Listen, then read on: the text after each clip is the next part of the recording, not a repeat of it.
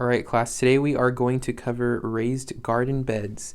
Now, this is going to be something you're going to want to pay attention to because it does give a lot of helpful information for you to potentially start your first SAE for this class.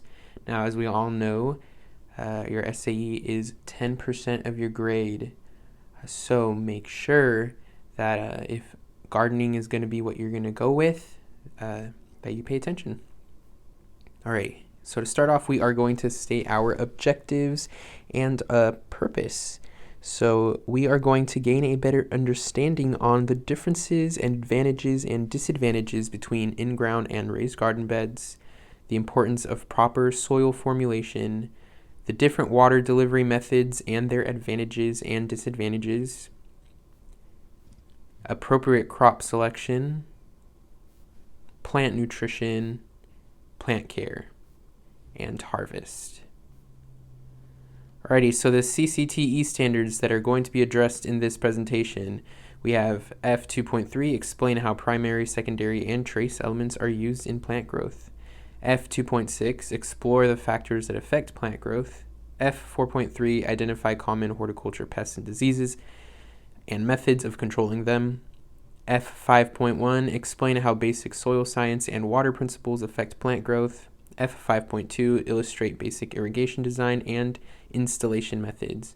And G6.2, analyze soil properties necessary for successful plant production, including pH, electrical conductivity, and essential nutrients. Alrighty, so let's talk a little bit about in-ground gardens. We are going to cover some advantages and disadvantages and exactly what the difference is between in-ground and above ground. So in in-ground gardens, the native soil is amended and crop is planted directly into the ground. And some common soil amendments for in-ground gardens include animal manure. And that right there is a bag of steer manure that you might see at Home Depot. Compost.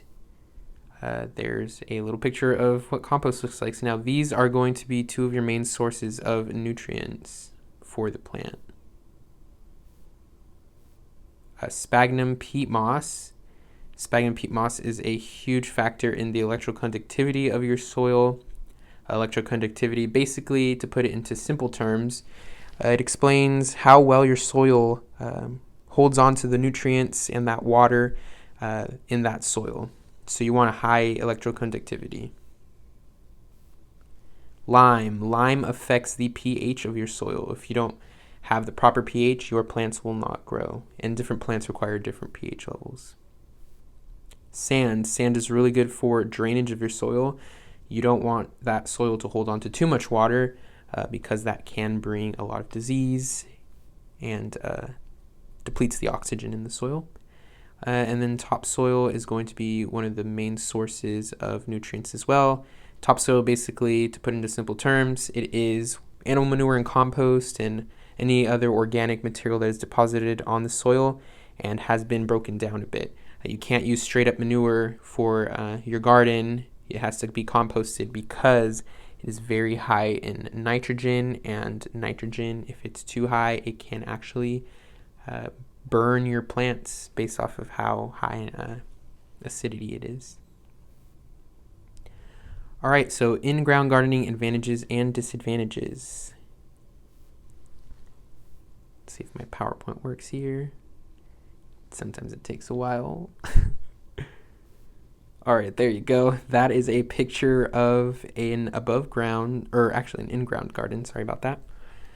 So you just plant the plants directly into the ground. So some advantages of in-ground gardens: they're inexpensive and they're easy to expand.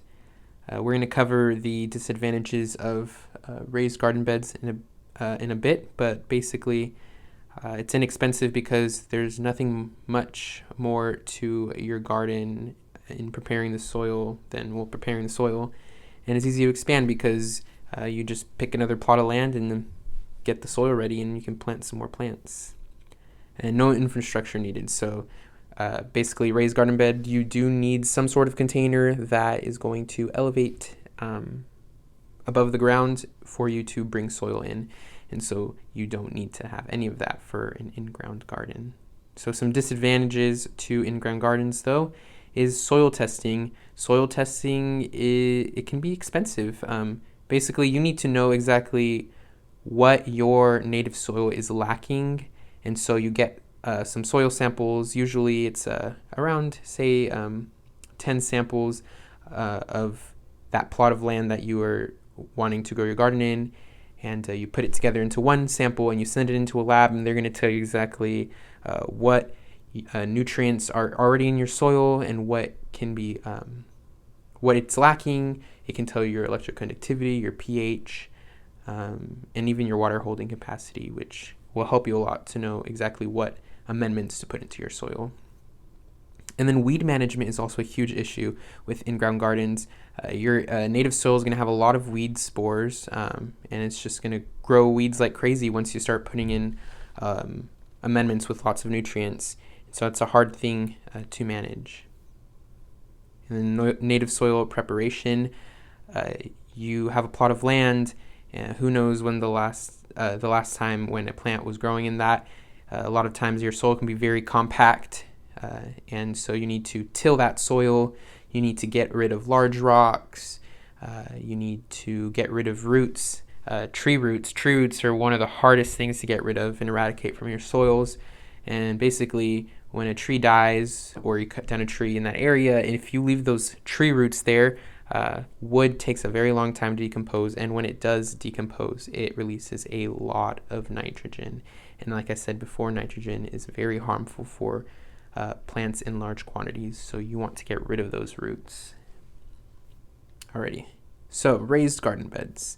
Let's cover a little bit about how raised garden beds compare to in-ground gardens.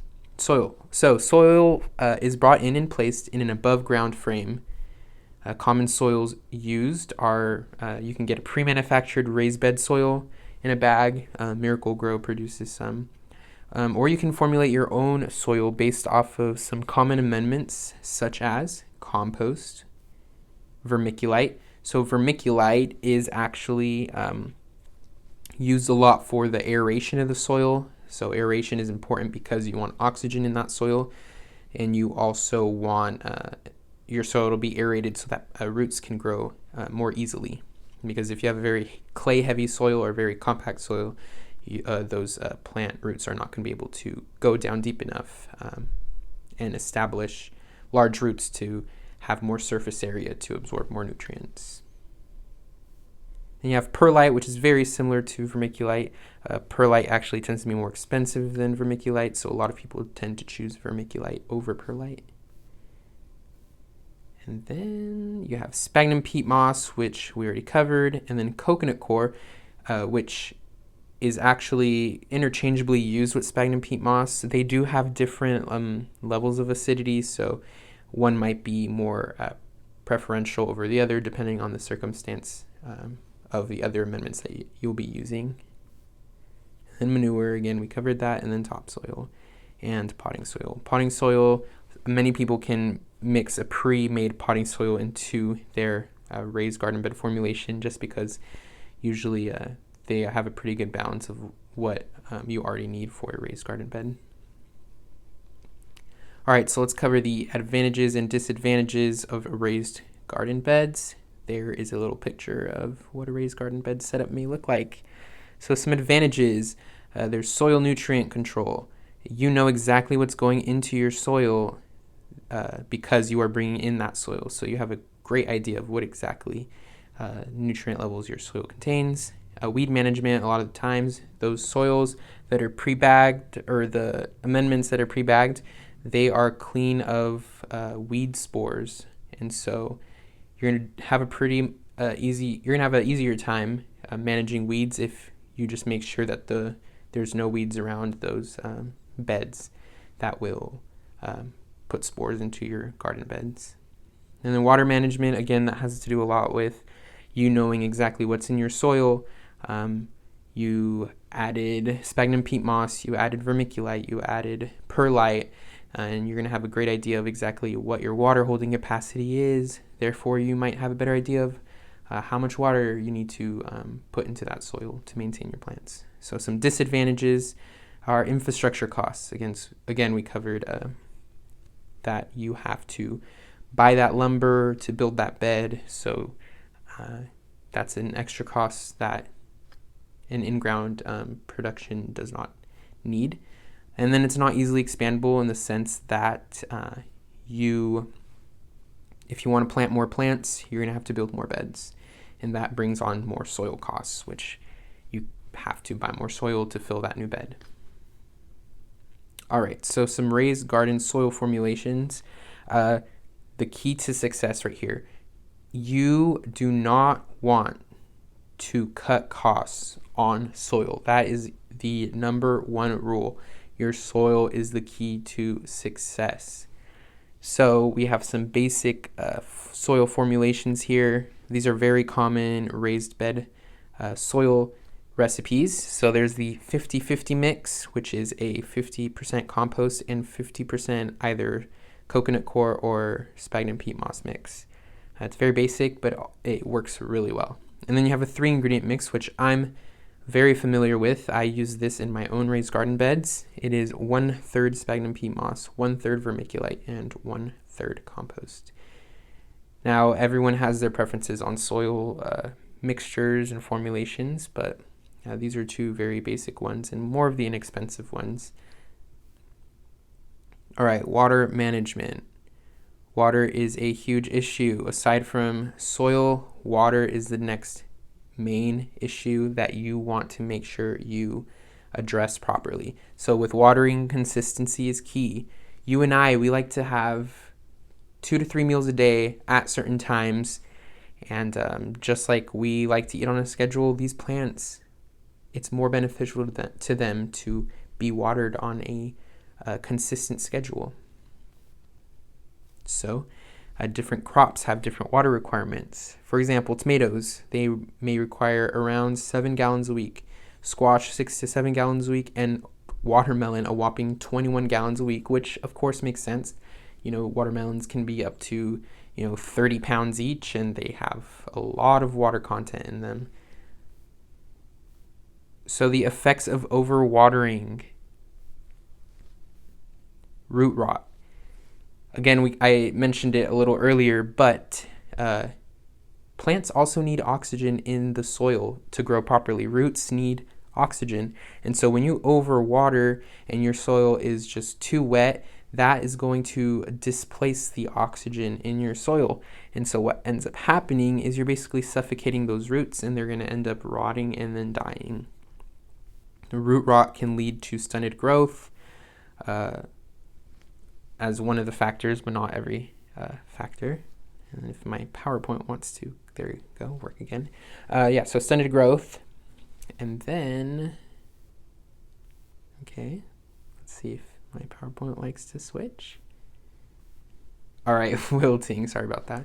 So wilting is also a very common effect on underwatering, which we'll cover in a bit. But wilting basically is when your plant just starts to droop over and then basically it dries up and dies. So that's to put it simply. And then soil fungi. Your soil, if you overwater, that water will create a great environment for fungi to grow. And an example of that is mushrooms. You might get some mushrooms popping out, and you don't want that because it takes nutrients out of the soil that your plants will need. And so effects of underwatering, stunted growth, again, just like overwatering. Stunted growth is bad in the sense that you won't be able to get as much of a harvest as you would from a healthy plant. Wilting again, and then browning of leaves. All right, so let's cover some water delivery methods. That's a watering can, it's a soaker hose, and that is a drip irrigation emitter. So hand watering is a method that you can use for watering your raised garden bed. It's inexpensive because you don't have to set up anything really. You can use a shower head attachment nozzle to a water hose and then just water your plants. And then some drawbacks actually to hand watering though is a lot of the times when you introduce water onto the surface of leaves or onto plants, it's not the healthiest thing. You get a lot of splashback, which basically means that if you water too hard, that water will hit the soil, and that soil will splash onto those leaves, and that can introduce a disease known as powdery mildew, which greatly affects the photosynthesis capacity of a plant and also ends up rotting the leaves. And then, so yeah, that's just one of the drawbacks of hand watering. And then, of course, for hand watering, you're going to have to, get out there. As I said, watering, it needs to be consistent. You need to make sure you're not busy at certain times of the day where you will be choosing to water your plants, and you need to set aside at least 30 minutes to water all your plants. So your soaker hose is going to be more convenient. You just lay that soaker hose out into your garden bed in a consistent pattern. And the goal of a soaker hose is you want to water based off of moistening all of your soil in an even fashion. So you just connect that soaker hose directly to your water spout. You can just turn it on for a little bit, say 30 minutes to an hour. Make sure that your soil gets a good moisture level, and then you just turn it off. No need to introduce splashback from that soil getting onto your leaves. But because you are moistening your soil as a whole rather than individual plants, you are going to be watering parts of that soil that may not have a plant in it. So, in theory, you will be using more water than you need to. And then drip irrigation. Drip irrigation has gained popularity in recent years. You're going to water your plants based off of their individual needs. So, it's going to be consistent. And then another thing is you will have larger plants and also water savings. That is actually an assumption, and that's a question that many people have. And although it makes sense, because drip irrigation, you're only watering your plants based off of individual needs, it would only make sense that you would be using less water. But actually what ends up happening is you are getting larger plants because you are meeting the exact requirement for that plant on how much water they need. They're never going to be water stressed. They're going to have the water that they need, and so therefore they are going to grow rapidly and vigorously, and oftentimes larger than plants that are watered with other methods. And so will you actually be saving water? Maybe or maybe not, because you're going to have larger plants which are going to require more water in the long run. So yeah, that could be a drawback to drip irrigation. But hey, big plants, more production, so wouldn't that be desirable, at least on a smaller scale? Another drawback with drip irrigation is it's very labor-intensive setup. You have to cut hoses. You need to make holes in that main hose and then put smaller little hoses on it, and then put emitters in, and then put those emitters on little stakes, and then stake them around plants. And it does end up taking a lot of time. You would think it's a pretty simple setup if you go observe a drip irrigation system, but it actually is pretty labor intensive. And then another drawback can be emitter failure.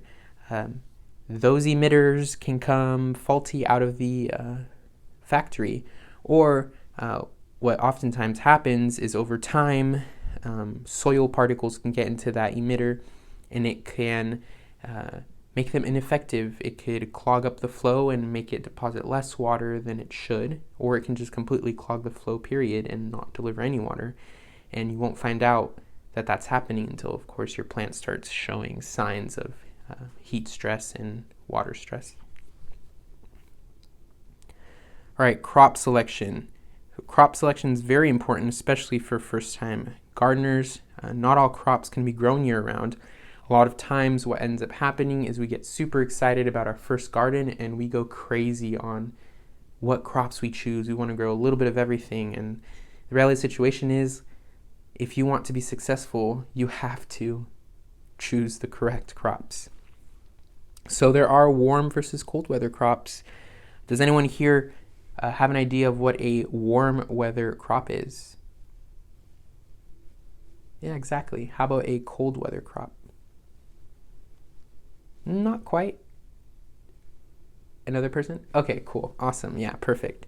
And so a good thing that a good tool we can use to know exactly a little bit of what we can grow in our area is the USDA Plant Hardiness Zone Map. So oftentimes you will go to Home Depot and you can read the descriptions on those vegetable plants. And on the back of that little stake tag right there, it will tell you what zone you can grow this plant in. And so this hardiness zone map will tell you exactly what your growing zone is based off of your location.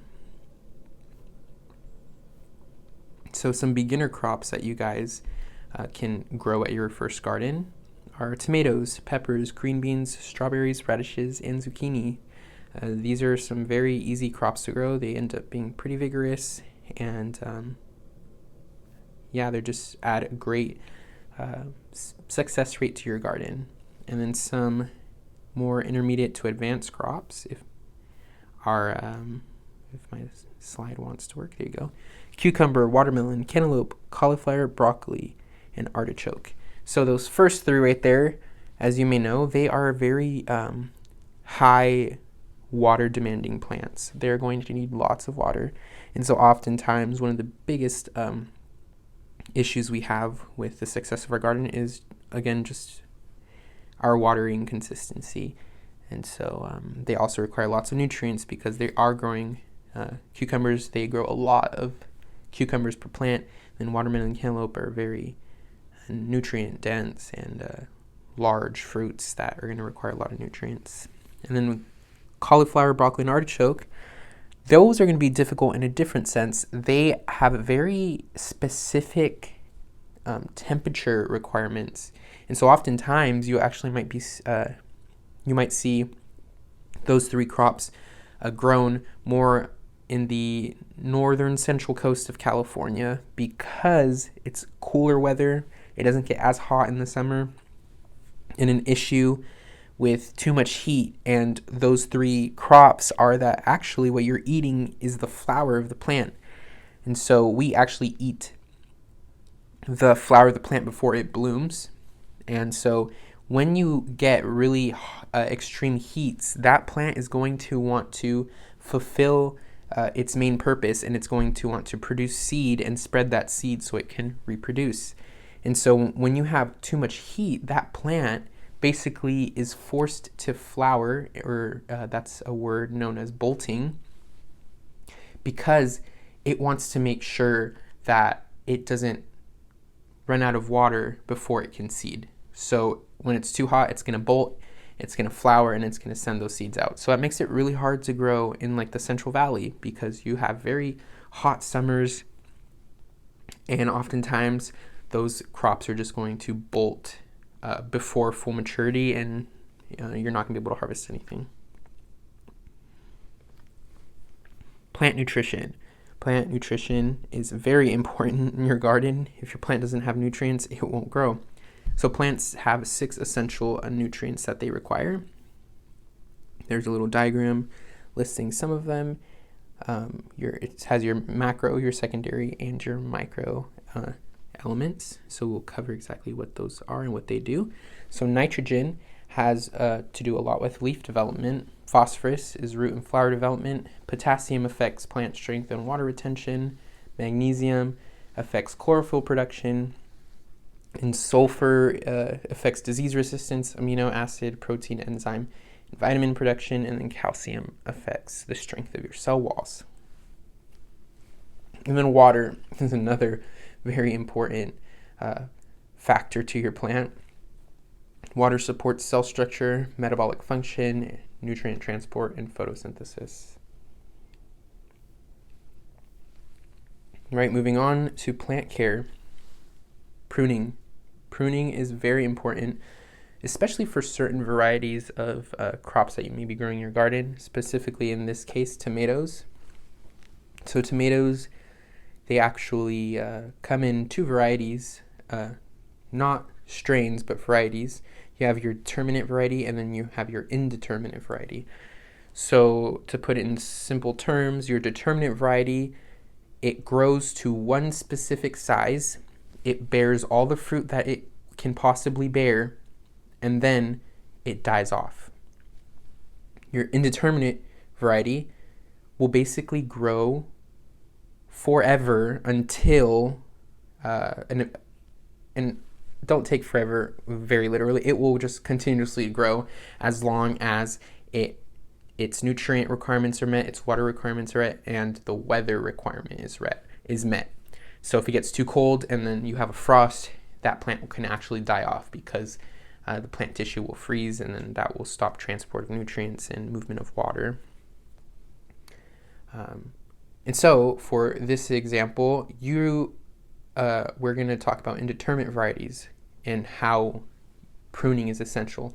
For determinate varieties, because they only grow to one size and produce one harvest, you're not going to actually want to prune them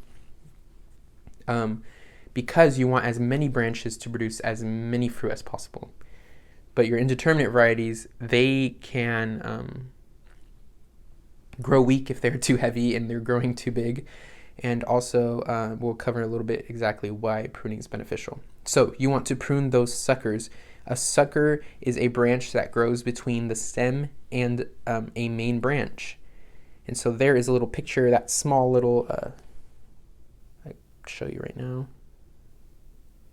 This right here, that is a sucker. So here is your stem and one of your main branches. And that right there is a sucker. You're going to want to cut that off. So the advantages to pruning is pruning produces larger produce. You are concentrating more nutrients onto those main branches and not those suckers. And more nutrients can go to, although it's going to be less fruit, it's going to be larger fruit. You're going to cut down on your water requirement, and I say this with condition because technically, yes, you're going to have less branches to water, but you are going to have larger fruit. So in theory, yes, you can potentially cut down on water requirement with pruning. And then you're going to have stronger plants, like I said before. You'll have less branches, and you're just going to have more main branches, which are going to create stronger plants. With pruning, it can go really bad really fast. You want to prune with moderation. A lot of times, a method that many people use with indeterminate variety tomatoes is they will prune the tomato as it gets to a certain height, and then once it gets to a certain level of maturity, they will let those suckers grow out into larger branches, and they basically create this tomato plant that is shaped like a tree. So it has a stem with some branches, but then at the top it's just a large amount of branches. And so pruning comes with moderation. A lot of times, if you provide the amount of nutrients and water that the plant needs, those suckers can come to produce very large fruit as well. So over pruning can actually kill a plant because you are reducing the amount of leaves that are available for the absorption of light for photosynthesis to occur. So again, prune with moderation. Pest management is another huge aspect of plant care. This right here is a picture of aphids. I will guarantee you 90% of you who start gardens, or if not 100%, will face the wrath of an aphid. Aphids are insects that are going to tap into the nutrient supply of your plants, and they're going to take those nutrients for themselves. They're going to reproduce, and then even though they're a small insect, you might think that they don't have a huge effect on the plant. A large number of them can really, really stunt the growth of your plant and take a large portion of those nutrients that are circulating around the plant for themselves. So to continue, if my slide will work again. There you go. This is a tomato hornworm. So tomato hornworms are actually the larva, or you can say caterpillar, of a moth. These moths, they lay their eggs on tomato plants, and then the tomato hornworm hatches, and it feeds on the foliage of that tomato plant. These suckers, one caterpillar on your plant can really just kill your plant in a matter of days to a week. Those things eat leaves like crazy, and again, you need leaves for photosynthesis, so you want to get rid of those as soon as possible. And then a pest that we might not think about are birds. Birds are notorious for getting to your fruit and vegetables right before you want to harvest them. And that is such a painful thing. You're giving these plants all this care, and you're going out and you're checking those produce, and you're like, hey, this is a day away from being ripe. I'm going to come in tomorrow and I'm going to harvest this produce. And the next thing you know, you show up the next day and all of your tomatoes were pecked at, and the birds came and they got your fruit before you. So you want to address that issue. A lot of people, they might put nets around their gardens to prevent birds from coming in and pecking at their fruits and vegetables. So another aspect of plant care is pollination. Pollination, you need it to fertilize those flowers in order for them to bear fruit and vegetables. So these right here are marigolds. So does anybody here know what insect is essential to pollination? That's right, bees. Bees are very important, and if you research the topic of bees, you'll know that a lot of our bees are actually dying, and we really don't know exactly why they're dying. Marigolds are cool because they attract bees, and so you'll often see marigolds planted around home gardens because they will attract bees, and then those bees will go to the flowers in your plants and they will pollinate them for you. Now, another method of pollination, if you have a little more time on your hands and you are really excited about making sure all of those flowers are pollinated, is you can do hand pollination. And that is basically, to put in simple terms, you get a Q-tip and you go to each and every individual flower that you find on your plant and you just move that Q-tip around. Now, a lot of times your plants are going to have flowers with both male and female parts in them. You're going to get that pollen from that anther and you're going to deposit it on the top of the pistil, and that fertilizes those flowers. A lot of times the wind can do that for you. And then there's other varieties of plants that actually have female and male flowers, and then other plants that have female and male plants. So a good example of that is a kiwi. There's certain kiwis that you actually need to plant a male plant next to a female plant in order for bees to be able to come and collect that pollen and then go to the female plant and fertilize that female plant and all those flowers, which is a really interesting fact that not a lot of people know. So, working hard for a few months and you finally get to harvest. So, how long does it take for these plants to bear fruit and vegetables from planting them in your garden? Well, here's a cool little estimate. Tomatoes depends on varieties. Of course, all of these vegetables and fruits, it depends on the varieties. Some take longer than others. Some take way less time than others. So for tomatoes, you're going to have an average of 60 to 80 days from when you plant that plant to when you get to harvest that plant. Peppers are 60 to 150 days. Zucchini, 35 to 55. Strawberries, 28 to 42. Radishes, 22 to 70 days, which is crazy to think about because you can put a seed into the soil and then in less than a month you can already harvest radishes. Interesting, right? And then green beans, 50 to 60 days. So right here is a picture of some pruning shears. So to prevent damage to your plants, you always want to make sure that you're going to be harvesting the produce with shears or a sharp knife. You want to make sure that you're not introducing disease to that plant, you're not damaging the tissue too much. All right, so to finish off our presentation for today, we are going to design our own raised garden beds. So in your worksheet, you're going to go ahead and see that you have a section to design your own garden bed. So you're going to include the size of your bed, the list of materials to build your bed. You're going to choose a soil formula, either the 50-50 or 3-ingredient mix that we talked about. And you're going to use the cubic yard calculator to determine how much of each soil aggregate to purchase. You're going to visit a gardening store website such as Home Depot. You're going to enter the zip code and select a store near you in order to obtain accurate product pricing. You're going to find all the materials needed, such as like the wood for your garden bed, the soil ingredients, the watering method you will use, pest management materials such as pesticide, etc. and you're going to add it to your cart. And then you're going to finally sketch a picture of what your garden will look like, and you're going to include what crop or crops you will be growing.